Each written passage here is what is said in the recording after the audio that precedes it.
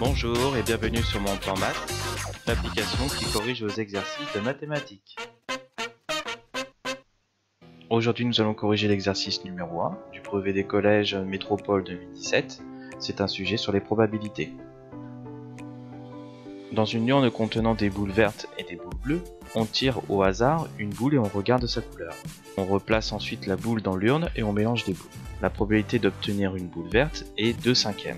Petit 1, expliquez pourquoi la probabilité d'obtenir une boule bleue est égale à 3/5. Donc dans cet exercice, on a deux issues. Donc c'est-à-dire lorsqu'on va effectuer un tirage, on va soit tirer une boule verte qui correspond à 2/5, soit on va tirer une boule bleue qui correspond à 3/5. C'est la donnée qu'on a ici. Maintenant on doit calculer cette donnée. Une boule verte c'est égal à 2/5, donc 2 sur 5, et une boule bleue c'est égal à 1, qui est la totalité des issues, moins la probabilité de tirer une boule verte. 2/5, donc moins 2/5. Si on met au dénominateur commun qui est 5, ça va nous faire 5 sur 5. 5 sur 5 c'est bien égal à 1, moins 2 sur 5. Donc ça nous fait un résultat de 3 sur 5. Donc 3/5. Donc on voit bien que c'est identique à notre proposition. Petit 2, Paul a effectué 6 tirages et a obtenu une boule verte à chaque fois. Au 7e tirage, aura-t-il plus de chances d'obtenir une boule bleue qu'une boule verte? Dans cette réponse, il faut dire que les tirages sont indépendants puisqu'il y a remise. Donc à chaque fois, on aura le même nombre de boules vertes et le même nombre de boules bleues. Donc la probabilité de tirer une boule bleue va être identique quel que soit le rang du tirage. Donc ici on a 6 tirages, on a tiré 6 fois la boule verte et on avait la même probabilité, c'est-à-dire 2/5 par rapport à 3/5 pour tirer une boule bleue.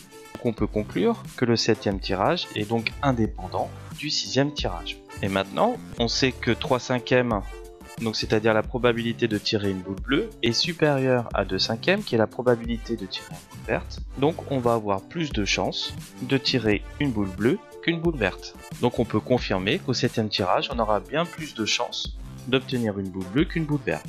Mais cet événement est indépendant du fait que Paul ait tiré 6 fois une boule verte. On passe au petit 3. Déterminer le nombre de boules bleues dans cette urne, sachant qu'il y a 8 boules vertes. Dans notre cas, on ne connaît pas le nombre de boules vertes et le nombre de boules bleues, on connaît juste les probabilités. Donc par rapport aux probabilités, on sait que dans l'urne, il va y avoir 5 boules, le 5 ici, et une répartition de 2 boules vertes et 3 boules bleues. Donc on peut écrire que 2 sur 5, la probabilité de tirer une boule verte, c'est égal au nombre de boules effectives, 8 boules vertes. Et donc pour passer de 2 à 8, on a multiplié par 4. On va faire la même chose. Pour passer de 5 au nombre de boules totales, on va multiplier par 4. Donc 5 fois 4, ça nous fait 20. On peut dire que le nombre de boules totales, c'est égal à 20. Donc nous, on doit calculer le nombre de boules bleues. Donc c'est égal au nombre de boules totales moins le nombre de boules vertes. Donc c'est égal à 20 moins le nombre de boules vertes, on vient de calculer, c'est égal à 8, moins 8, donc c'est égal à 12 boules bleues. Donc en conclusion, on va avoir 20 boules, on va avoir une répartition de 8 boules vertes et de 12 boules bleues.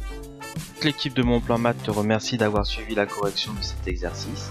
Pour continuer à avoir d'autres vidéos sur le même thème, clique sur la fenêtre de gauche. En cliquant sur la fenêtre de droite, tu accèdes directement à la playlist. Pour recevoir régulièrement de nouvelles corrections, abonne-toi à notre chaîne YouTube.